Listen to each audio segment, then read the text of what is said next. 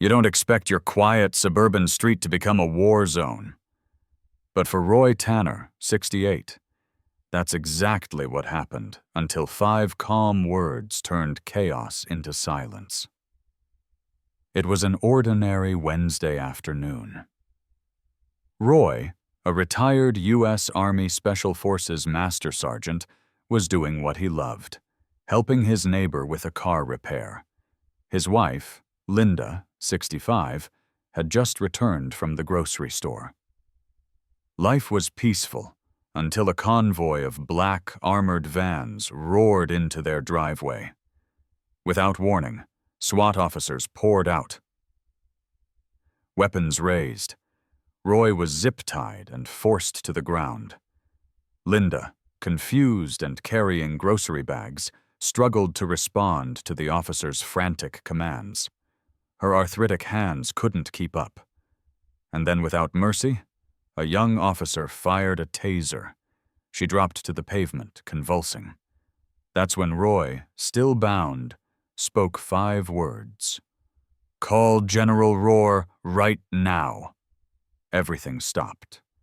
Those words came not from panic, but from authority. Within minutes, federal lines lit up. Helicopters arrived. And the team realized they hadn't just raided the wrong house, they had tasered the wife of a man whose credentials reached the highest levels of national security. The SWAT unit's mistake wasn't just procedural, it was monumental. But Roy Tanner never raised his voice. Because true power doesn't shout. It speaks. And the world listens. He came for batteries and left with humiliation until someone very powerful made sure the store would never forget him. Harold Hal Whitaker, a 72-year-old disabled Vietnam War veteran, walked into Franklin Supply Depot, a large chain store he'd frequented for years. Wearing his faded army jacket with a few modest medals pinned to his chest, tokens of a life lived in service. Hal moved slowly with the aid of a cane. He wasn't looking for praise, just D-cell batteries and some respect. But the young cashier behind the counter had other plans. With a smirk, she nudged her coworker. "Look, another one of those old guys showing off his bling." The word stung. Hal didn't speak. He simply placed the batteries on the counter and pulled out his wallet, trying to ignore the snickers. Then came the final blow. "We should start a bingo card for how many of you heroes come in every week," she said loudly. Other customers froze. Hal, cheeks flushed with quiet shame, paid and walked out. But someone had been watching. A woman in civilian clothes near the exit had overheard the exchange, and she wasn't just any bystander. She was General Ann Caldwell, recently retired 4-star commander of U.S. Central Command. Known for her steely resolve and no-nonsense approach, Caldwell had come in for light bulbs. She left with a mission. Within 10 minutes, the store manager received a call from corporate. Within 20, the cashier and her co-worker were escorted out by security. The store was temporarily closed for sensitivity retraining, but the message was louder than any PR statement. Later that week, General Caldwell personally visited Hal at the local VFW hall. She brought the batteries he'd left behind, and something even more powerful, a written apology from the company CEO, and a plaque recognizing Hal's service. Hal, ever humble, didn't want headlines. "I just didn't want another kid in uniform to be treated like that," he said. "Sometimes it doesn't take a fight to defend honor. Sometimes it only takes one quiet man, and one very loud act of justice. They mistook a sleeping veteran for a threat. 7 minutes later, they found out just how wrong they were. Charles Chuck Halston, a 74-year-old retired Marine Corps gunnery sergeant, wasn't causing trouble. He was simply tired. After a long cross-country train ride to visit his granddaughter in Oregon, he had a layover in the terminal's waiting area. His service dog, Brutus, a calm and loyal black lab trained to assist with Chuck's PTSD, lay curled at his feet. Chuck leaned back in his seat, nodding off briefly, as many travelers do. But to a newly hired security guard eager to prove himself, Chuck's appearance didn't fit the safe mold. His worn military coat, weathered face, and quiet stillness drew suspicion. Instead of checking his ID or gently waking him, the guard called for backup. Moments later, Chuck was jolted awake not by a tap on the shoulder, but by 50,000 volts from a stun gun. He collapsed to the floor, gasping in confusion and pain. Brutus barked frantically, protective but restrained. By the time Chuck could speak, officers were already handcuffing him. A crowd gathered. Some filmed. Others shouted in protest. "He's a vet! He didn't do anything!" One onlooker, however, did more than record. She made a call to her brother, a senior logistics officer at the Pentagon. Within 7 minutes, a direct call from the Office of the Secretary of Defense reached the local police precinct and transit authority. An internal alert was issued. The guard was immediately removed from duty. Emergency medics were dispatched, and a 4-person response team from the Pentagon's Veteran Crisis Division was rerouted from a nearby military installation to take over the scene. Chuck, dazed but regaining composure, was treated with the care and dignity he had earned through a lifetime of sacrifice. A thorough investigation followed. The guard's training record revealed no prior exposure to de-escalation tactics or veteran sensitivity protocols. That changed swiftly. The story went viral. Public outrage surged. Veterans groups demanded reform. By week's end, the city's transit authority revised its training curriculum, and Chuck received a personal apology from the Secretary of Defense, who sent a handwritten letter and a commendation acknowledging Chuck's decades of service. Chuck didn't want headlines. "I didn't need medals," he told a local reporter. "I just wanted to see my granddaughter." But thanks to one awful moment, and the powerful ripple that followed, millions were reminded that true heroes may sleep quietly, but their honor speaks volumes. He was mocked for his medals until a 4-star general walked through the door. It was supposed to be a quick stop. Retired Staff Sergeant William Bill Carter, 72, rolled into the downtown electronics store in his wheelchair, service dog Ace at his side. Bill was a Vietnam veteran, twice awarded the Bronze Star and once the Purple Heart. His jacket bore a few ribbons, just enough to signal the life he'd lived and the sacrifices he'd made, but not enough, apparently, to earn the respect of the young clerk behind the counter. As Bill waited in line, a few customers gave him a polite nod. But when he asked for help with a new phone charger, the clerk, a young man in his 20s, name tag reading Kyle, looked him up and down and smirked. "Nice cosplay, Grandpa. Halloween was last month." A few people nearby chuckled. Bill didn't. He simply said, "Those medals are real. I earned them." Kyle didn't back down. "Sure you did. Let me guess, Special Forces? CIA? Or maybe just a Walmart security guard who found a jacket at Goodwill?" The comment stung, but Bill wasn't one to cause a scene. He thanked the clerk quietly, turned his chair, and rolled toward the exit. What Kyle didn't know was that another customer, an older woman browsing a display, had caught every word. She didn't say anything either. She pulled out her phone and made one call. 10 minutes later, a black SUV with tinted windows pulled up. Out stepped General Allen R. Huxley, 4-star commander of the U.S. Army Materiel Command and Bill Carter's former commanding officer during Operation Desert Storm. The general entered the store in full uniform, flanked by a military aide. The store fell silent. Kyle's face turned pale. General Huxley didn't shout. He simply walked up to Bill, still sitting quietly near the exit, and extended a firm salute. "Staff Sergeant Carter," he said, loud enough for the entire store to hear. "On behalf of the United States Army, I apologize for the disrespect you've been shown today. Your service is honored, your sacrifice is remembered, and your dignity is non-negotiable." He then turned to the store manager and spoke with low, serious authority. Within the hour, Kyle was escorted off the premises, and the store was temporarily closed for staff retraining. The moment went viral.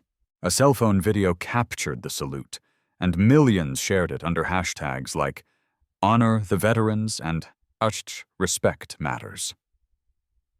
Bill didn't ask for justice, but he got it not through anger, but through quiet strength, earned respect, and the loyalty of those who never forgot his service.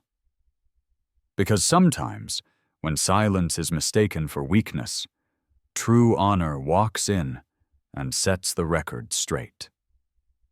He was just taking a nap until a security guard made a mistake that echoed all the way to the Pentagon. It was a quiet Sunday afternoon in downtown Denver when 69-year-old Marine Corps veteran Frank Delaney stopped at the local bus station to rest. He'd been traveling cross-country to visit his daughter and newborn grandson in Oregon.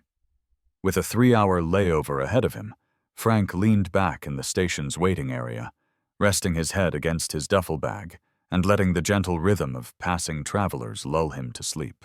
Frank, a Silver Star recipient and 2-tour Vietnam combat veteran, looked like any other elderly traveler, weathered, quiet, and carrying a proud but humble demeanor. His VA-issued service dog, Harley, lay loyally at his feet. But his peaceful nap took a brutal turn when a newly hired security guard decided that Frank, with his tattered jeans and faded military cap, looked like a vagrant.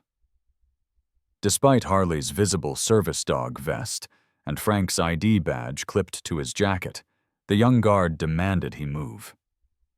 Still groggy, Frank mumbled that he was a veteran waiting for his next bus.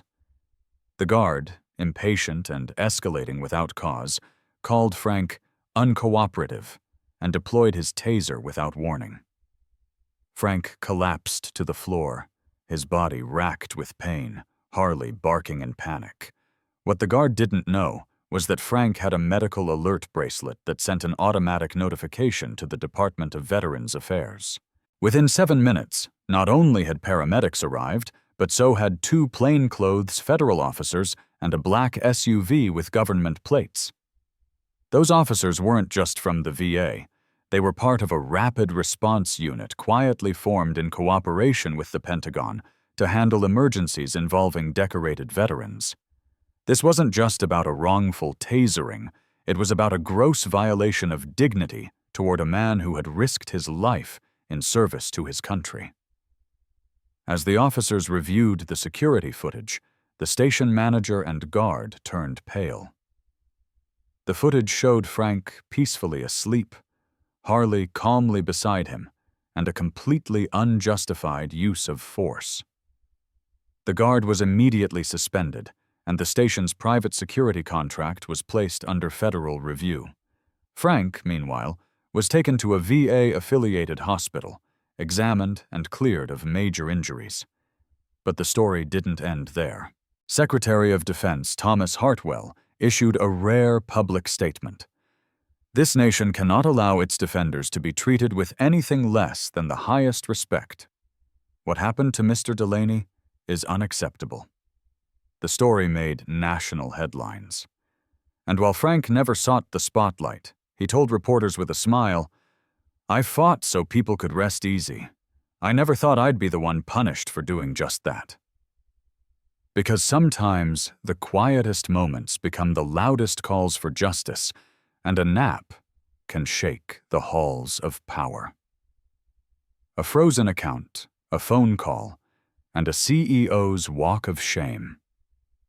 For 82-year-old Harold Whitaker, a retired Air Force colonel, life had settled into a rhythm of calm routines. After decades of service that included 2 tours in Korea and Vietnam, Harold had earned his peace and his benefits.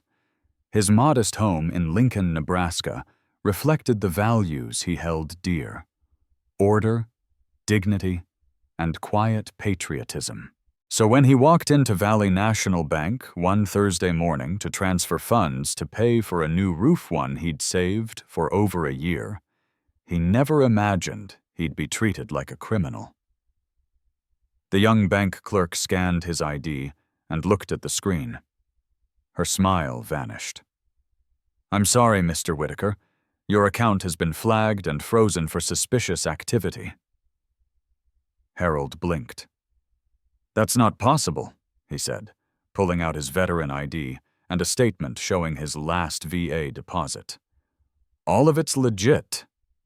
But the clerk insisted, and worse, she wouldn't tell him why. When he asked for the manager, she refused, citing corporate protocol.